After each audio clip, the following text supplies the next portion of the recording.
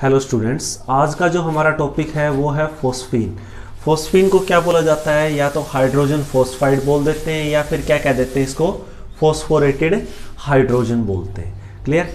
अब बात करते हैं हम इसकी प्रिपरेशन कैसे करते हैं, इसकी प्रिपरेशन की बात करते हैं। देखिए, जो फोस्फीन है इसको कैसे प्रिपेयर किया जाता है, जब आप क्या करते हो, कैल्शियम फोस्फाइड की रिएक्शन करवाते हो। किस किस के साथ?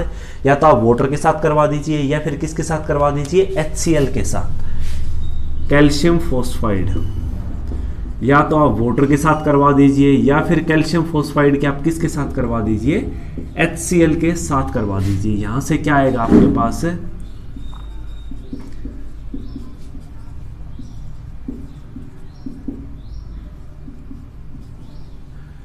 तो ये आपके पास क्या है, कैल्शियम फोस्फाइड लिया आपने अलोंग विद वाटर, तो यहां से कैल्शियम हाइड्रोक्साइड, लेकिन साथ में क्या निकली आपके पास, फोस्फीन निकली है।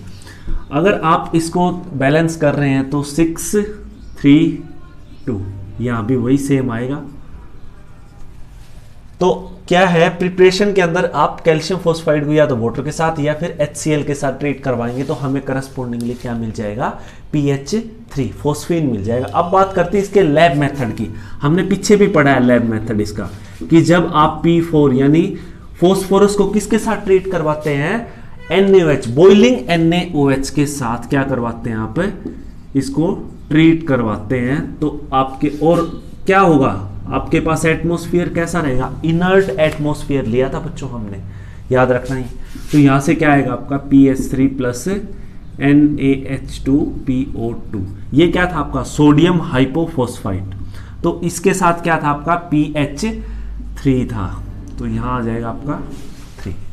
तो ये आपके पास क्या है, लैब मेथड होता है, जहां पर हम क्या लेते हैं, P4 विद बॉइलिंग NaOH, और एटमॉस्फेयर कैसा रखते हैं हम, इनर्ट एटमॉस्फेयर। वहां से हमें किसकी प्रिपरेशन मिलती है, PH3 की अलोंग विद सोडियम हाइपोफॉस्फाइड की। अब बात करते हैं कि ये जो PH3 है, अगर हमारे पास जो बना है, इफ दिस इज प्योर, अगर ये प्योर है बच्चों आपका, तो ये क्या है आपके पास, नॉन इनफ्लेमेबल है, ये फायर कैच नहीं करेगा, नॉन इनफ्लेमेबल है ये PH3, अगर ये प्योर फॉर्म में है। लेकिन अगर ये आपका प्योर फॉर्म में नहीं है तो क्या होगा आपके पास, इसको प्योर करेंगे। देखिए, अगर ये इम्प्योर है तो ये इम्प्योर किसकी वजह से होगा, या तो इसके अंदर P2H4 की वेपर्स होंगी या फिर किसकी होंगी, P4 की वेपर्स होंगी, इसकी वजह से ये इम्प्योर होगा। और टू रिमूव दीज इम्प्यूरिटीज, इन इम्प्यूरिटीज को रिमूव करने के लिए क्या करेंगे, हम इस PH3 को किसके साथ ट्रीट करवा देंगे, Ki, पोटेशियम आयोडाइड के ऊपर एडजॉर्ब करवा देंगे इन PH3 को। किसके ऊपर कह रहा हूं मैं, पोटेशियम आयोडाइड के ऊपर, सॉरी पोटेशियम नहीं, हाइड्रोजन आयोडाइड के ऊपर क्या करवा देंगे, इसको एडजॉर्ब करवा देंगे। जैसे ही आप हाइड्रोजन आयोडाइड के ऊपर एडजॉर्ब कराएंगे, यहां से क्या बनेगा आपका, PH4I बन जाएगा। तो फोस्फोनियम आयोडाइड आपका क्या बन चुका है यहां से, जैसे आपने PH3 को HCl के साथ ट्रीट करवाया। अब क्या है, जो आपके पास ये फोस्फोनियम आयोडाइड बना है, जैसे ही आप इसकी रिएक्शन करवाते हो किसके साथ, KOH के साथ, तो आपके पास यहां से आएगा PH3 plus Ki plus H2O। तो ये जो PH3 आया है बच्चों आपके पास, ये क्या होगा, प्योर। इसी तरह इसको क्या करते हैं, हम प्योर करते हैं। क्लियर है। तो अब बात करते हैं इसकी प्रॉपर्टीज की, कि कैसी प्रॉपर्टीज होती हैं, कलर क्या होता है इसका, इसकी स्मेल कैसी होती है, हमारे पास पॉइजनस होती है या नहीं होती, या वाटर के अंदर सोल्यूबल होगी या नहीं होगी। देखिए, ये क्या होती है आपके पास, कलरलेस गैस होगी बच्चों, कलरलेस। अब इसके अंदर से स्मेल कैसी आएगी, इसके अंदर से आपके पास रोटन फिश स्मेल आएगी। ठीक है, रोटन फिश, इसके अंदर से क्या आएगी, स्मेल आएगी। जब पॉइजनिटी की बात करते हैं तो ये हमारे पास क्या होती है, इट इज हाईली पॉइजनस। क्या होगी हमारे पास, वेरी वेरी पॉइजनस होगी। अब बात करते हैं, क्या ये वाटर के अंदर सोल्यूबल होगी, हाँ ये वाटर के अंदर स्लाइटली क्या है, सोल्यूबल है, स्लाइटली सोल्यूबल होगी हमारी वाटर के अंदर। अब क्या है, जैसे ही आप इस PH3 को क्या करते हैं, जो आपके पास CuSO4 है, कॉपर के साल्ट हैं या फिर मरकरी के क्लोराइड्स, कॉपर के सल्फेट हो गए या फिर मरकरी के क्लोराइड हो गए, आप इनके एक्वस सॉल्यूशन के अंदर से जैसे ही आप क्या करते हैं PH3 को बबल आउट करवाते हैं, भाई आपकी जो ये है PH3 जैसे इनके अंदर से जाएगी तो ये करस्पॉन्डिंग आपको क्या देंगे,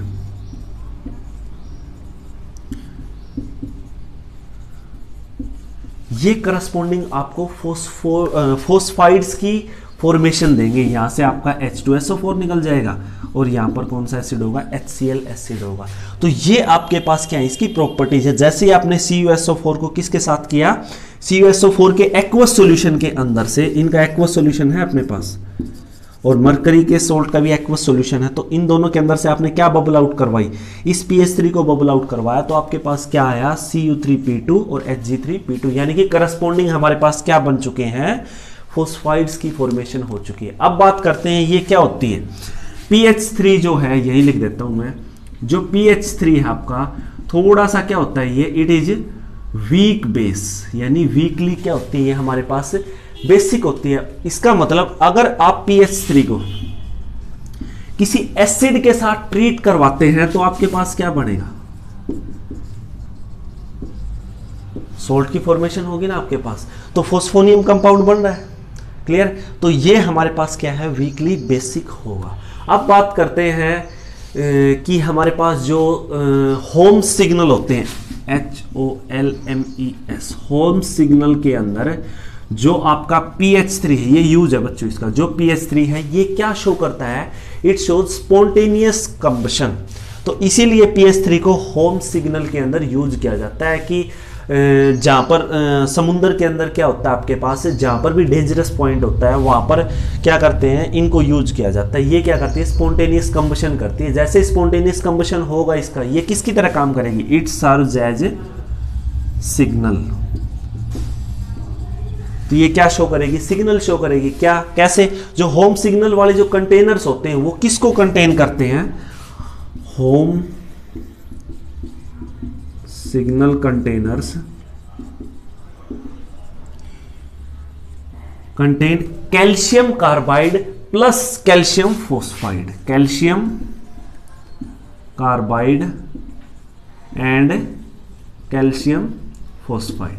तो इनको ये क्या करते हैं, कंटेन करते हैं, और इनके क्या किए जाते हैं, छोटे छोटे टुकड़े, यानी इनको पियर्स किया जाता है। पियर्स करके सी के अंदर क्या कर दिया जाता है, फेंक दिया जाता है, और वहां से क्या होती है आपकी गैसेज इवॉल्व होती हैं, वो किसकी तरह काम करेंगी, सर्व एज सिग्नल।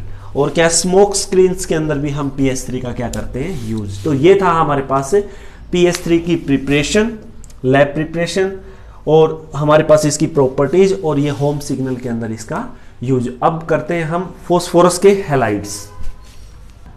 अब है हमारे पास फोस्फोरस हैलाइड्स PX3 और PX5। इसका मतलब है जो फोस्फोरस आपका, it forms two type of halide, that is trihalides and pentahalide. Firstly we will study about phosphorus trichloride, that is trihalides. तो हमारे पास फोस्फोरस का जो ट्राइक्लोराइड होगा उसका फॉर्मूला क्या होगा, PCl3। इसकी जो प्रिपरेशन होती है वो क्या है, जब आप फोस्फोरस को क्या करते हैं, थायोनिल क्लोराइड के साथ ट्रीट करवाते हैं, तो यहां से आपकी किसकी फॉर्मेशन होती है, PCl3 की फॉर्मेशन होती है। साथ में क्या आता है आपका SO2 आता है, और उसके साथ में क्या आता है आपका सल्फर मोनोक्लोराइड आता है। P4+8 है तो यहां क्या आएगा, 4 आएगा आपका। तो ये इसकी प्रिपरेशन है कि आप P4 को, फोस्फोरस को किसके साथ ट्रीट करवाएं, थायोनिल क्लोराइड के साथ, वहां से आपको क्या मिले, SO2 गैस भी निकल रही है बाहर यहां से, ये भी ध्यान रखना जब आप थायोनिल क्लोराइड लेते हैं, और हमें यहाँ किसकी फॉर्मेशन मिल रही है, 4PCl3 की। इसका मतलब हमारे पास फास्फोरस ट्राइक्लोराइड बन रहा है। अब बात करते हैं हम लैब मेथड की, कि लैब के अंदर जो हम PCl3 की फॉर्मेशन करते हैं उसको कैसे करेंगे। देखिए P4+3Cl2 इट गिव्स 4PCl3। ये क्या है हमारे पास, फॉस्फोरस ट्राइक्लोराइड है, तो ये इसकी क्या है हमारे पास से प्रिपरेशन है। अब बात करते हैं इसकी स्ट्रक्चर की, कि आपके पास PCl3 की स्ट्रक्चर क्या होगी। देखिए PCl3 के अंदर जो फोस्फोरस होगा बच्चों आपका, ये sp3 हाइब्रिडाइज स्टेट में होगा along with 1 lone pair on it. तो ये कैसी स्ट्रक्चर हुई इसकी, पिरामिडल स्ट्रक्चर होगी इसकी। अब बात करते हैं इसकी प्रॉपर्टीज की बात करते हैं कि आपके पास इसकी प्रॉपर्टीज क्या क्या होंगी। फास्फोरस ट्राइक्लोराइड की क्या क्या प्रॉपर्टीज होंगी। देखिए, जब हम PCl3 को क्या करते हैं, हाइड्रोलाइज करते हैं in the presence of moisture. मैं क्या कह रहा हूं, जब आप PCl3 को क्या करते हैं, हाइड्रोलाइज करते हैं। हाइड्रोलाइज का मीनिंग H2O के साथ in the presence of moisture. यहां पर किसकी प्रेजेंस होगी, मॉइस्चर की। तो ये हमें क्या देगा, फॉस्फोरस एसिड, और साथ में क्या निकलेगा आपका HCl। H3PO3 जो होता है बच्चों, दैट इज फॉस्फोरस एसिड होगा आपका। अगर इसको आप बैलेंस करेंगे तो 3 और 3, ठीक है। तो ये आपके पास क्या होगा, जब आपने PCl3 को क्या किया, हाइड्रोलाइज किया, तो आपके पास किसकी फॉर्मेशन हुई, this is phosphorous acid. Clear है। अब नेक्स्ट की बात करते हैं कि जब आपका PCl3 किसके साथ रिएक्ट करेगा,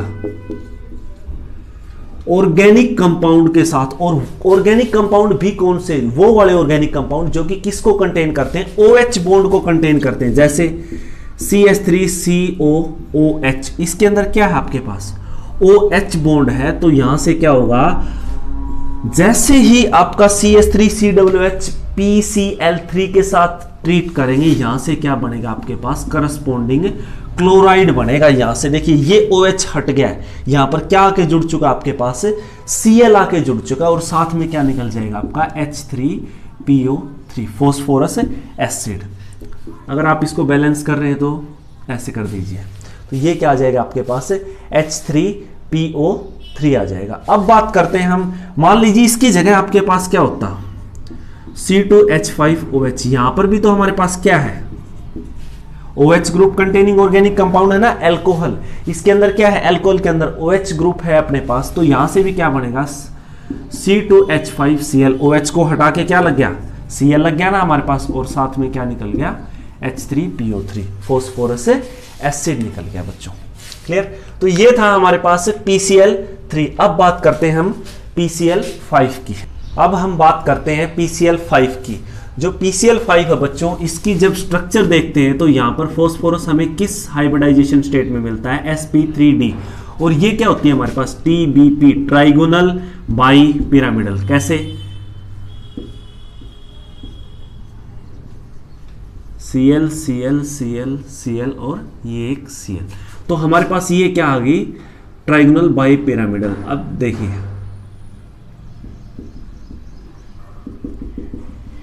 ये वाले जो आपके पास बॉन्ड होते हैं, ये होते हैं इक्वेटोरियल बॉन्ड। ये क्या है आपके पास है, एक्सियल बॉन्ड्स हैं ये दोनों।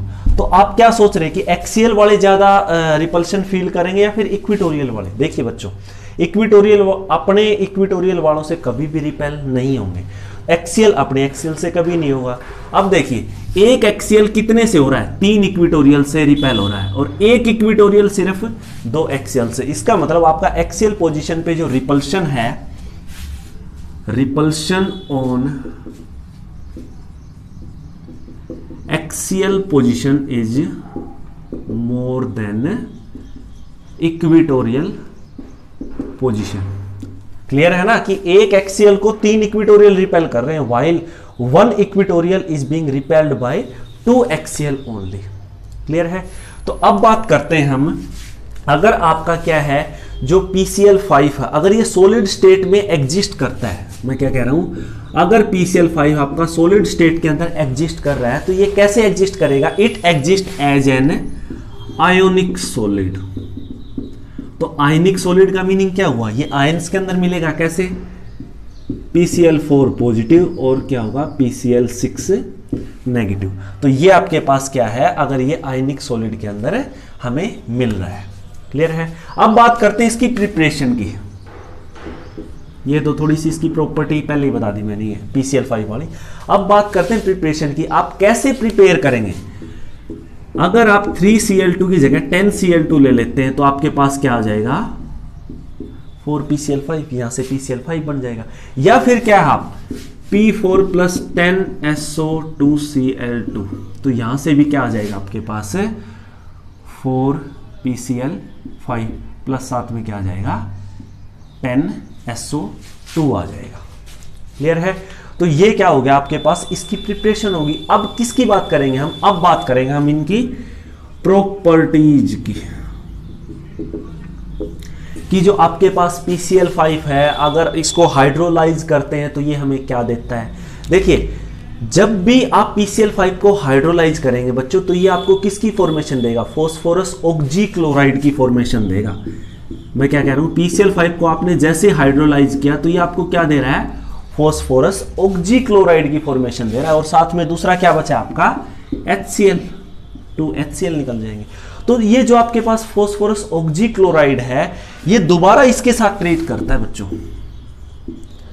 दोबारा किसके साथ ट्रीट करता है, H2O के साथ ट्रीट करता है। और यहां से हमें किसकी फॉर्मेशन देता है, H3PO4 की फॉर्मेशन देता है। और यहां से ही बाहर क्या निकल जाता है अपने पास है, HCl। तो इसका मतलब ये हमारा मेन है, ये क्या है, H3PO3 तो क्या था हमारे पास, फॉस्फोरस एसिड था, लेकिन ये क्या होगा हमारे पास phosphoric acid. Why, it contain 1 oxygen more than H3PO3। Clear है।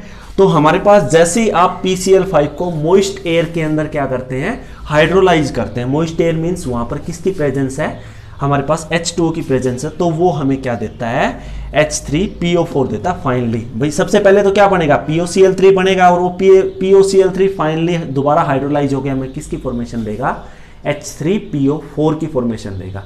अब बात करते हैं डीकंपोजिशन की, ये तो फर्स्ट प्रॉपर्टी हुई। सेकंड क्या है, डीकंपोजिशन की बात करते हैं हम। तो आपका PCl5 कैसे डीकंपोज होगा, जैसे इसको हीट करेंगे तो ये किसके अंदर आएगा, आपका PCl3 प्लस Cl2 के अंदर क्या होगा, ये डीकंपोज होगा। और एक और बात, ये भी वही जो पीछे हमने प्रॉपर्टी देखी थी ना, कि जो आपके ऑर्गेनिक कंपाउंड कंटेनिंग OH वाले होते हैं, जैसे ये है, तो जब आपका PCl5 इन OH कंटेनिंग कंपाउंड के साथ क्या करेगा, रिएक्शन करेगा, ये भी हमें करस्पॉन्डिंग क्या देगा बच्चों, क्लोराइड देगा। अलोंग विद किसके साथ क्लोराइड देगा, ये ध्यान रखना है, POCl3 के साथ देगा। साथ में क्या होगा आपका, HCl होगा। क्लियर है। ये इसकी थर्ड प्रॉपर्टी थी कि आपके ऑर्गेनिक कंपाउंड जो OH को कंटेन कर रहे हैं, वो जैसे ही PCl5 के साथ क्या करते हैं, रिएक्शन करते हैं, तो ये PCl5 इस करस्पॉन्डिंग OH ग्रुप वालों को किसके अंदर चेंज कर देता है, करस्पॉन्डिंग क्लोराइड्स के डेरिवेटिव के अंदर चेंज कर देता है। अब बात करते हैं, मान लीजिए आपके पास मेटल्स है, अगर आप उनको हीट करते हैं, किसके साथ हीट करते हैं, PCl5 के साथ हीट करते हैं।